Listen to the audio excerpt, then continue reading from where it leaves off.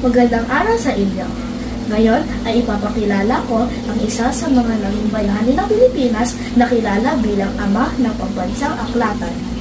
Siya ay si Mariano Ponce. Pinanganak si Mariano Ponce sa Baliwag, Bulacan noong ika-22 ng Marso taong 1863. Ang kanyang mga magulang ay sina Don Mariano Ponce at Maria Colliantes. May 6 siyang kapatid. Siya ay nag-aral ng elementarya sa Baliwag at nagtapos sa sekundarya sa isang pribadong paaralan sa Maynila. Sa Kolehiyo de San Juan de Letran siya nagtapos ng Bachiller et Arte.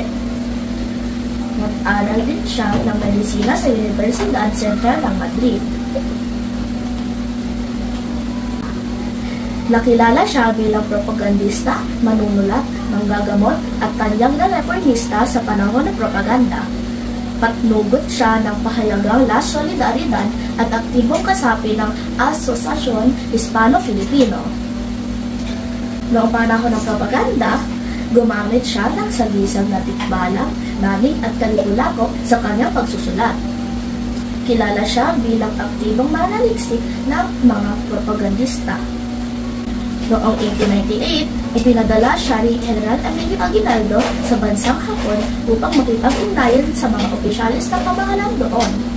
Naglingkod siya bilang isang mambabatas sa pambansang asemblea at kinatawan ng ikalawang distrito ng Bulacan.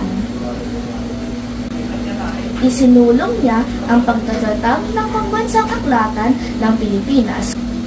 Bilang manunulat, siya ay nakasulat ng akdang pampanitikan sa wikang Kastila, Tagalog at Ingles. Bilang tagapag-ambag sa panitikang Pilipino, mula sa kanyang panulat, ang Alamat ng Bulacan, isang katipunan ng mga alamat, mga kwentong bayan sa lalawigan ng Bulacan. Ang pag-ugot kay Longinos, isang dulang itinanghal sa liwasang bayan ng Malolos. Ang panitikan ng kilusang propaganda, ang makasaysayang pag-aaral tungkol sa Pilipinas at marami pang iba.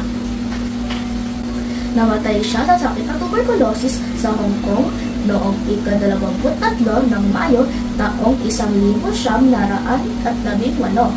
Sa Baliwag, Bulacan, nakikita ang kanyang mga rebulto at museo na itinatag para sa pagkilala sa kanya. Siya si Mariano Ponce, ang ama ng pambansang aklatan.